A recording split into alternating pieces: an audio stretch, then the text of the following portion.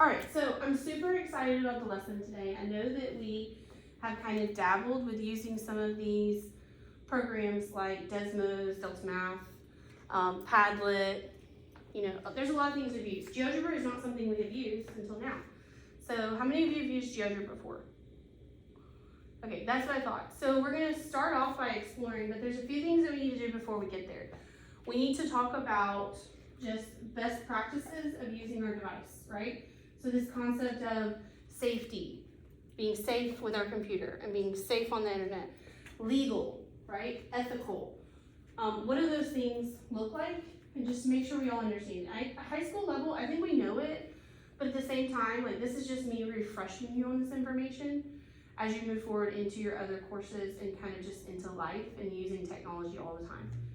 So when we use technology, it's really important that we protect our passwords. So let me give you an example. Number one, your school issued device is linked to your Google Drive. So every time you log into your computer, you are giving yourself access, right, to all of your documents, to your email, your Schoology, your Clever account, all of these things that represent you and who you are and how you communicate to your peers and to your teachers. Access to your grades, like just that information, that one password on your device gives you all of that access. You need to make sure that you are keeping that password protected, and you need to make sure that you are closing your computer prior to walking away from your computer, because you are giving access to everyone to that computer if you do not log out. So you go to the bathroom, you are in the library, you step away from your computer. These are things that it's like you wouldn't leave your bank account information open for everybody to sit there and just move money out of it, right? So you need to think about your school issued device the same way. Especially since people can, okay, let's take another example. You're not gonna open up your phone to Snapchat and hand it off to someone and let your friend pretend they are you and say things that you would not want them to say. I need you to look at your school issued device and your passwords the same way. Keep it protected. Make sure that you're being truthful of who you are, right? And don't pass devices around and allow people access to your device. Second thing, so same thing, like this kind of just legality, right? So when we use materials or internet sources, or materials from the internet or sources, we need to cite them. So a lot of times we don't do citations in math, right? We just do we've done proofs and we've kind of provided explanations, but I think that we tend to go straight to Google for an answer whenever something is really difficult. And that's why I put you in groups. I want you having these discussions and bouncing ideas off of each other and kind of formulating what is your answer before you have to say it to me. So, I just want to make sure that you're being ethical, right?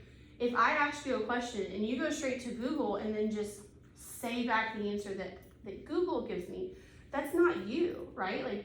You could say, hey, AI told me this answer. Well, that tells me that, you got that from somewhere. That's not from you though. If I just came up to you and asked you the question, would that be the response you would have provided? And if it was, you should not have typed it into AI or Google to try to get that answer. Because if it is, then you already knew it, right? So please make sure that you are citing and referencing your stuff when you're in English, social studies, math, all of these subjects, it matters, right? But in particular, I think y'all forget sometimes that by going to Mathway or Googling how to do the question for math, you forget that you're basically communicating that you know something that you don't know, okay? So that's just a reminder for that. All right. So managing our time today, we need to make sure that we are listening to the transition, paying attention to the instructions. I'm going to kind of flip through this up here so you kind of know where we're at when we're there. We're not really moving ahead today. I know a lot of y'all are used to kind of moving ahead to the next thing while I'm working with subgroups of students, but you need to stay on the page that we are on when we are on it. Why? Because I'm wanting you to kind of be ready to transition to group talk versus individual talk. So just make sure you're doing those things. All right, so let's get started. So you're going to start in your groups today. I'm going to put the question up on the board. So the question is, Why are precise definitions important in geometry? Okay, now hold on. I don't want you to start giving me an answer. So you're going to think about it for a second, and then you're going to turn and talk. Okay? So I'm going to give you about 5 to 10 minutes. As a group, you're going to answer the question that's up on the board. Okay? And then I'm going to give you an undefined term, point, line, or plane. And your group is going to do your best to describe it, which would be, in your words, a definition, right? Because you can't really define them. So you're going to provide me a description. Each of you already have your marker and your board, because that's what you're supposed to do with your warm-up. So if you need to show a visual to provide a clear definition or description, that is up to you and your group. One person will present it to the class. Okay? All right, so you have 5 to 10 minutes. Answer the question as a group.